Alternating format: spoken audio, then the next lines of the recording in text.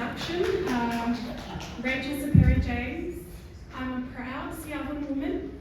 I have mixed heritage, so Australian, but my heart and my soul lies in the Pacific. Askless, Blooming, New Hanover, Loveline, Seattle clan, and my clan totem bird is this beautiful little blue kingfisher, and it hunts the fish in the mangroves, and I think that's why I love coastal marine environments, and I became a marine biologist because they me Askless. Just a bit of my background. Every year, my home island families, extended families, clans are experiencing more precedented king tides. Last year, my family's islands were inundated. A lot of my aunties and uncles were left standing, water up to their waist in their houses, a couple of 100 metres inland. Impacts to food security, water, sanitation is every year, big impacts. There is no turning the tide.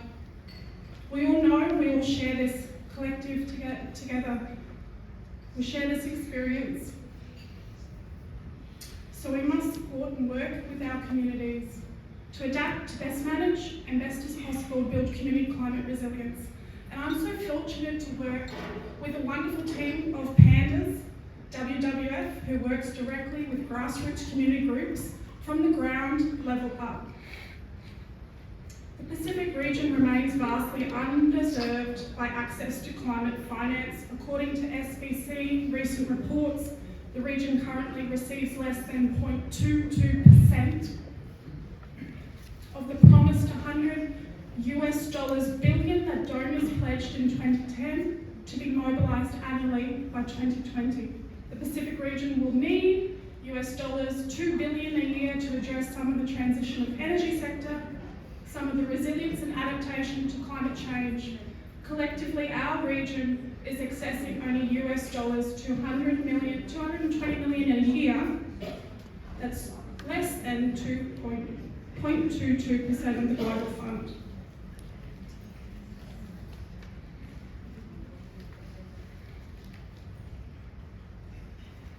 Background in brief, Kathy invited me to speak on overcoming reporting barriers. We have major barriers across the region in terms of accessing climate finance, and I'm just going to bring it back to my experience directly, our way of working WWF with community partners and mobilising and leveraging that climate finance down onto the ground to boost and support community climate resilience directly, working with communities, empowering communities, building community climate leaders across the region.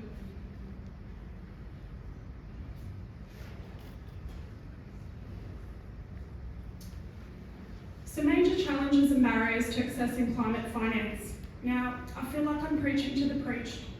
We all know, prior to 2020 COVID, my entire work experience and professional work life was offshore in the Pacific.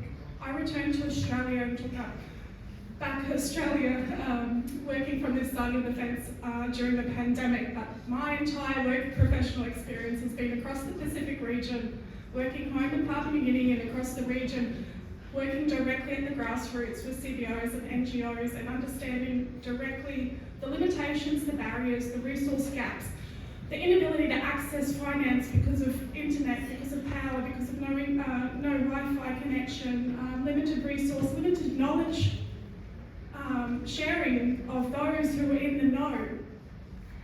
So now working on this side, it's remarkable that I'm able to utilise that knowledge from this side of the fence and support via the Blue Pacific programs and WWF, via the network of WWF working across the region.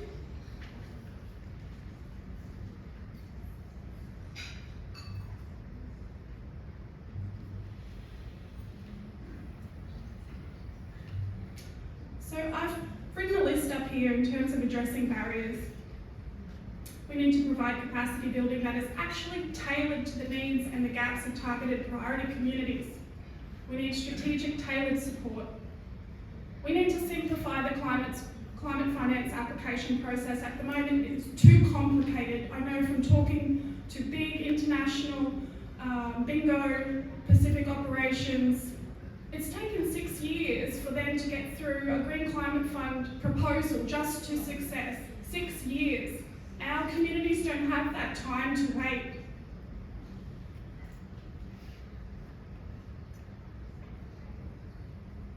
We need to build leaders, and I'm proud that I see a couple of our leaders that are supported through Oceania First Voices today before me attending this conference. We need to support communities at ground level and enable them to do this process bottom up. We need to enhance collaboration and knowledge sharing of international donors, regional organisations, Pacific nations, CSOs, CBOs, incorporated landowner groups, but also multi-stakeholder, multi-targeted approaches to climate solutions. Greater emphasis on the unique needs and vulnerabilities of the Pacific region is essential to ensure equitable access to climate finance. Climate finance needs to be Pacific specific. Unlocking access to climate finance, we need to build specific Pacific capacity. Working on this side of the fence from WWF Australia, I'm proud to be supporting and building that process of decolonising this space. I know from experience with my colleagues, the climate advocacy, climate space in Australia is very, we say non-culturally friendly for First Nations and Indigenous Pacific people. But we are working to change that with a group of Diaspora Pacifica Indigenous First Nations people in Australia now to address this and decolonise this space.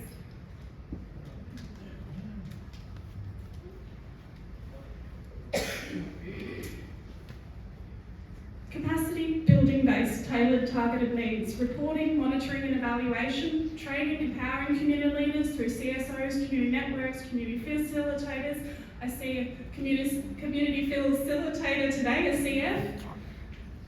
WWF works bottom level up, grassroots community level up to empower communities, build on traditional knowledge bases, but enhance in bridging knowledge gaps, bridging technical knowledge areas specific to support communities to better manage their marine environments, their natural resource base, their land and sea, rich to reef. We've heard from Lavinia, approaches whole ecosystem-based management. We provide training workshops that are tailored to support in building the necessary tools, the framework, the knowledge, and the ongoing long-term commitments and programs and partnerships working with communities. Some of our longest programs in the Solomon Islands, 10 to 15 years, boots on the ground, long-term engagement, long-term relationships with communities. And that is what is needed. A lot of problems with climate finance and even development programs is the short funding cycles. I brought it up recently with DFAT dialogues. We need 5 years, not 18 months to deliver nature-based solution projects and expect results on the ground.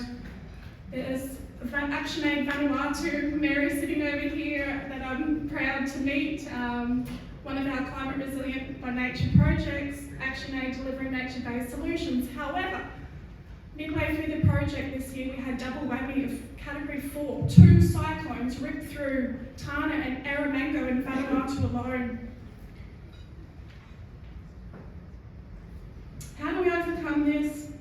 How do we work? We continue to work through community partnerships, enhance knowledge gaps, and ensure two-way knowledge brokering, sharing knowledge, building knowledge, enhancing local leadership, empowering local leadership, allowing local leaders to lead. Again, decolonising the space. So WWF is fortunate. We have boots on the ground across offices across the Pacific and Papua New Guinea on the North Menang coast and Solomon Islands and Western Province, moving across now with an expansion to Malaita and Isabel Province, and the wonderful Great Sea Reef that you heard about, programs with Lavinia. How are we building capacity? Building capacity through advocacy policy training. We're targeting multi-targeted approach, policy, advocacy, climate leaders with Oceania First Voices program. We believe together possible.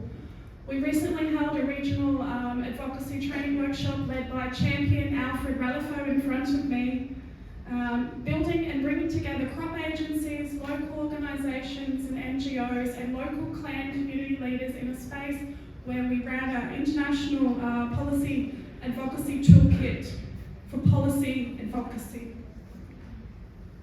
We hope these champions, some of them will attend COP28. Previous years, Oceania First Voices have attended COP Egypt and COP Glasgow. To address mal barriers. Mal is one of the biggest barriers for community NGOs. Reporting. Donors expect 100 pages of reporting, of monitoring and evaluation, and learning and data, statistics, analysis to show impact. Well, we start at the ground level up. We're building capacity for marine monitoring. We're empowering youth in communities in Western Province to do the monitoring themselves. Historically, there's been academic research scientists, non-Pacific Islanders coming into the Pacific, doing all this monitoring, going back to Australia or an institution offshore, doing the data analysis, doing the reports, putting it in a nice bound book. Our communities are disconnected from that information and don't understand the information. What impact is that long term? WWF, we are supporting our communities, empowering youth, empowering local community facilitators to do in-water monitoring because they are the ones closest in contact with the environment to understand what's going on. We're bridging traditional knowledge with science knowledge and getting the best of both worlds in this process. So just to share, this is a climate resilient by nature-based solutions project funded by DFAT, the Australian government, and we're scaling sustainable sea grapes farming and harvesting across 4 communities in Western Province in the Solomon Islands, scaling out a very important livelihood, socio-economics, but also empowering the youth ground level up to do the monitoring to understand what's happening in their environment. And this is an integrated ecosystem-based management approach of critical climate ecosystems, blue carbon with marine environment. Just to give you an example of building that capacity and that leadership ground, grassroots level up. Again, in water monitoring, so I'm supporting on the back end, I'm assisting with the data analysis, but it's wonderful that the teams on the ground in rural communities are now trained to carry out this monitoring themselves. And it's not just the sea grapes monitoring, it's the socio-economic fish species, biodiversity indicators, so they have a reference point of the health of their ecosystems to then track through time. So we're doing time series monitoring.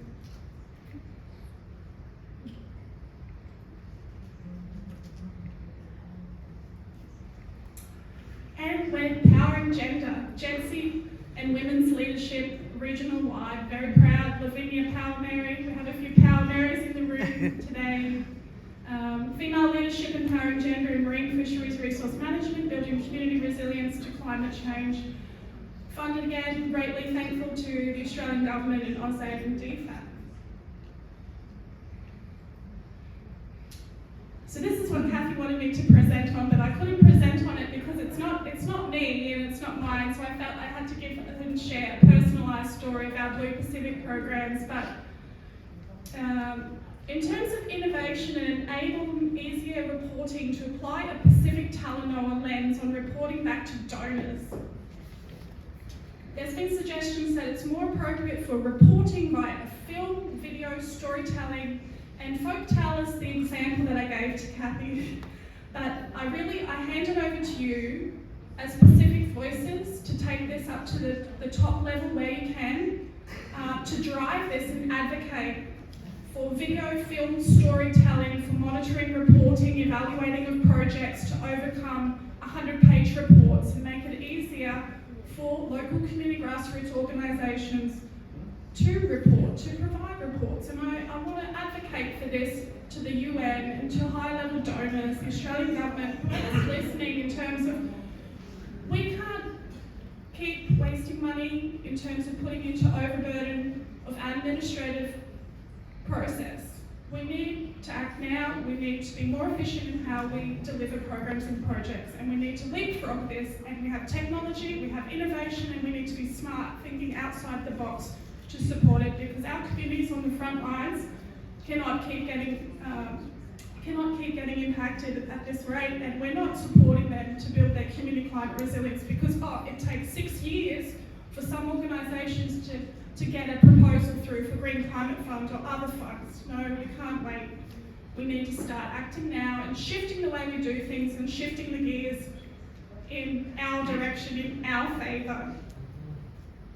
So,